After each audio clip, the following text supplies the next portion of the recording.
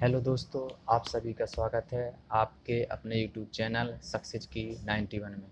दोस्तों, जैसा कि आप देख रहे हैं, आज हम पढ़ेंगे नंबर सिस्टम यानी संख्या पद्धति फास्ट 1। इसमें हम जानेंगे नंबर किसे कहते हैं, आखिर नंबर होता क्या है। नंबर फर्स्ट, प्राकृतिक संख्याएं या नेचुरल नंबर किन्हें कहते हैं? तो वे संख्याएं जिनका प्रयोग गिनती में किया जाता है, जैसे 1 2 3 4 5 6 7 8 9। दोस्तों, आपने सुना होगा, छोटे बच्चे से कहा होगा कि गिनती या पहाड़ा सुनाओ, तो वो दोस्तों क्या कहेगा, 1 से लेकर 9 तक, यानी 1 2 3 4 5 6 7 8 9 तक सुनाएगा। कहीं आप 0 तक नहीं सुनाएगा। ठीक है दोस्तों।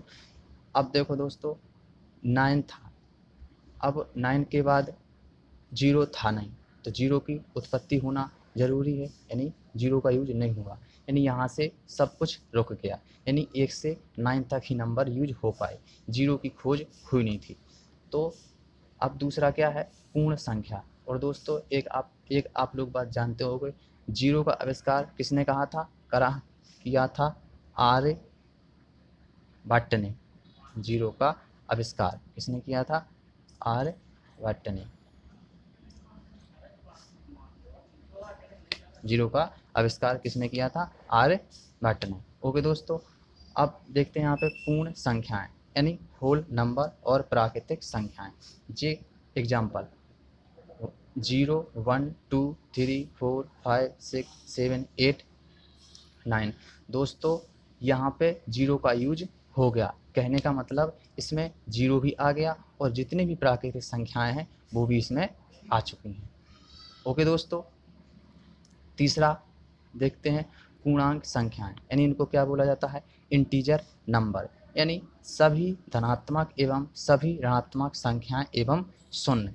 यानी कहने का मतलब, यदि यहाँ पे जो है शून्य, इस साइड माइनस की होंगी, यानी -1 -2 -3 -4 -5, और यहाँ पर क्या होंगी दोस्तों? प्लस की होंगी, यानी +1 +2 +3 +4 +5। दोस्तों, धनात्मक जो संख्या होती हैं उनकी लिमिट कहाँ तक होती है? इनफाइनाइट तक होती है। और दोस्तों, इनकी लिमिट, प्लस वालों की लिमिट कहाँ तक होती है? प्लस माइनस तक, +1 प्लस माइनस x0, यानी कहने मतलब +0, यानी इसको हम ऐसे लिख सकते हैं, +-1 0 लिख सकते हैं। ओके दोस्तों, आगे चलते हैं। चौथा है सम संख्याएं। सम संख्या यानी इवन नंबर। इवन नंबर क्या होते हैं? 2 से विभाजित होने वाली संख्याएं। क्या दोस्तों? 2 से विभाजित होने वाली संख्याएं क्या कहलाती हैं? सम संख्याएं। एग्जाम्पल 2 4 6 8 10 12। ठीक है दोस्तों। नेक्स्ट, विषम संख्याएं, इनको क्या बोला जाता है? ऑड नंबर, यानी 2 से ना विभाजित होने वाली सभी संख्याएं। एग्जाम्पल 1 3 5 7। ठीक है दोस्तों। नेक्स्ट दोस्तों, भाज्य संख्याएं, यानी डिविजिबल नंबर, जो संख्याएं स्वयं तथा एक के अलावा अन्य किसी संख्या से विभाजित हो जाएं, यानी कहने का मतलब और उसके 3 गुणनखंड हो जाते हैं। जैसे दोस्तों एग्जाम्पल 4 6 8 9, यानी जो 4 है, 4 उसके गुणनखंड कितने हो जाएंगे दोस्तों? 1 2 4, और ये डिवाइड किससे हो जाएगी? यानी 4/4 से हो जाएगी, यानी 1 4/4 से हो जाएगी, 4/1 से यानी 4 हो जाएगा, और 4/2 से यानी 2 हो जाएगा। ओके दोस्तों, ऐसा ही 6 के गुणनखंड क्या हो गए? 1 2 3 6, यानी ये भी ऐसा ही हो जाएगा। अगला 8 के गुणनखंड क्या हो जाएंगे? 1 2 4 8, ये भी ऐसा ही डिवाइड हो जाएगा। अगला 9 1 3 9, ये भी ऐसा ही गुणन आगे यूज हो जाएगा। नेक्स्ट क्या है दोस्तों? अभाज्य संख्याएं। अभाज्य संख्या क्या होती हैं? नॉन डिविजिबल नंबर, यानी वह संख्या जो सिर्फ 1 से और खुद से विभाजित हो उसे अभाज्य संख्या कहते हैं। यानी और इसके दो गुणनखंड हो सकते हैं। कहने का मतलब 2, 3, 5, 2, 3, 5 यानी 2 के गुणनखंड कितने 2, 1, 3 के गुणनखंड कितने 1, 3, 5 के गुणनखंड कितने 1, 5। ओके दोस्तों, अगला सह अभाज्य संख्याएं यानी को प्राइम नंबर। संख्याओं का वह युग्म जिनके बीच का मासा एक हो सह अभाज्य संख्याएं कहलाती हैं। कहने का मतलब दोस्तों 2, 5 यानी 2, 5 का मासा लोगे कितना आएगा 1 आएगा। यानी 2 और 5 एक ऐसी संख्या है कि जो ओनली 1 से ही डिवाइड होगी और किसी संख्या से डिवाइड नहीं होगी। नेक्स्ट 3, 5 इनका मासा कितना है 1 यानी 3, 5 जे ओनली किससे डिवाइड होगी ओनली 1 से होगी। इनका मासा कितना है 1 है। 5 × 7 इनका मासा कितना है 1 है। कहने का मतलब इसमें जे कहा गया है कि वह संख्याएं जिनके बीच का मासा 1 हो उनको हम क्या कहेंगे सह अभाज्य संख्याएं कहेंगे। यानी इन तीनों का मासा कितना होगा 1 होगा। नेक्स्ट, क्रमागत संख्याओं का युग्म सदैव सह अभाज्य होगा। एग्जाम्पल 4, 5, 11, 12, 25, 26। यानी कहने का मतलब जितनी भी दोस्तों क्रमागत संख्या होंगी वो सदैव उनका युग्म क्या होगा अभाज्य संख्या कहलाएगा। नेक्स्ट, परिमेय संख्या या रेशनल नंबर क्या होते हैं तो वह संख्या जो P/Q के रूप में लिखी जाती है। यानी कहने का मतलब जो संख्या P/Q के रूप में लिखी जा सके, जहां P और Q दोनों पूर्णांक संख्या होती हैं। यहाँ पे दोस्तों P और Q दोनों कौन सी संख्या हैं पूर्णांक संख्या हैं। किंतु यहाँ पे एक चीज़ ध्यान रखना Q बराबर 0 ना हो। यानी कहने का मतलब दोस्तों यहाँ पर जो Q का मान है वो 0 नहीं होना चाहिए। जैसे एग्जाम्पल में 22/7, 7/9, 1/2, 3/4, 0।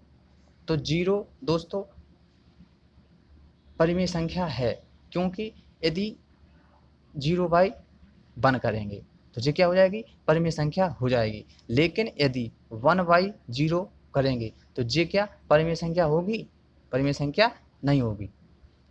ओके दोस्तों, नोट में क्या है परिमेय संख्याओं को रेकरिंग नंबर भी कहते हैं। अब दोस्तों इसको समझना ध्यान से, रेकरिंग नंबर किसे कहते हैं। रेकरिंग का मतलब होता है बार बार, यानी कोई संख्या बार बार रिपीट होती हो। कहने का मतलब 1/3 बराबर, इसको कैसे लिखेंगे अपन 0.3333 लिख देंगे। इसको किस रूप में लिखा जा सकता है 0.3 का बार। ओके दोस्तों, और इसका एक एग्जांपल और होता है कि 0.7525252 बराबर 0.752। इसका क्या मतलब है दोस्तों, जरूरी नहीं है यहाँ पर क्या है दोस्तों 0.3 का बार, यानी यहाँ पे पॉइंट के बाद ही रिपीट हो रही। लेकिन दोस्तों यहाँ पर क्या हो रहा है कि देखो एक अंक छोड़ के रिपीट हो रही कि नहीं, एक अंक छोड़ के रिपीट हो रही है। इसका लॉजिक आगे बताएंगे। ठीक है दोस्तों, आगे चलते हैं। अपरिमेय संख्या यानी इरेशनल नंबर किसे कहते हैं। क्या दोस्तों अपरिमेय संख्या या इरेशनल नंबर किसे कहते हैं, जिन्हें P/Q के रूप में ना लिखा जा सके उन्हें अपरिमेय संख्या कहते हैं। यानी लॉजिक सेम थोड़ा अपोजिट है। कैसा, इन परिमेय संख्या को क्या था P/Q के रूप में लिख रहे थे, इनको P/Q के रूप में नहीं लिखेंगे। ओके, एग्जाम्पल √2, √3 पाई।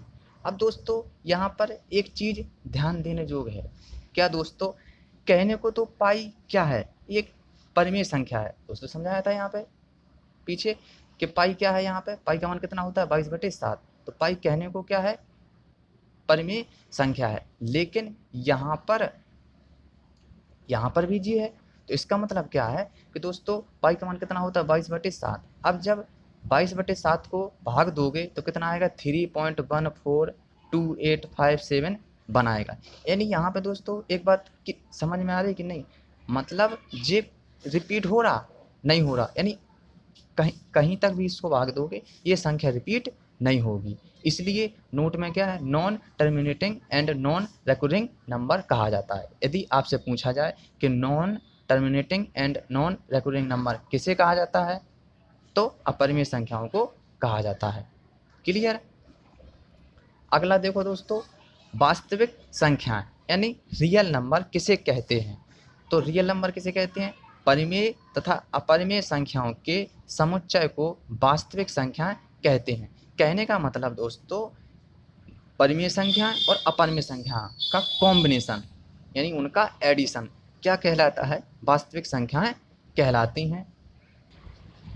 एग्जाम्पल है दोस्तों, -1, (2/3, -4/7, पाई, √2, √3। यानी कहने का मतलब दोस्तों, इसमें सब संख्या आ जाएंगी, यानी जो रूट वाली हैं वो भी आ जाएंगी, पाई भी आ जाएंगी। यानी कहने का मतलब परिमेय संख्या और अपरिमेय संख्या का कॉम्बिनेशन, यानी दोनों को जोड़ के, यानी ऑल टोटल संख्या यहाँ पे पूरी आ चुकी हैं।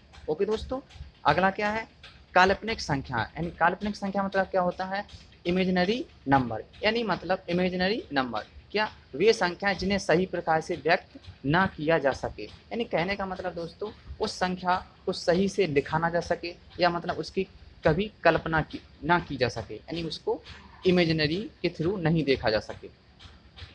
एग्जाम्पल के रूप में √2, √3, √5। ठीक है दोस्तों, ये किसके एग्जाम्पल हो गए, काल्पनिक संख्याओं के दोस्तों। ठीक है, और इन्हीं को क्या है, ऐसी संख्याएं कणिगत ऋणात्मक होती हैं। मतलब यदि दोस्तों कहीं आपको -√2 अंडरवुड में, -3 रूट और -5 रूट यदि कहीं दिखे, तो इसका मतलब ये संख्या कौन सी हैं, कणिगत संख्याएं कहलाती हैं। और इन्हें किस रूप में लिखा जाता है, तो ये एक इम्पोर्टेंट बात है। 2 फैक्टोरियल, 3 फैक्टोरियल, 5 फैक्टोरियल भी लिखा जाता है। ओके दोस्तों, यानी इनको इस रूप में भी लिखा जा सकता है।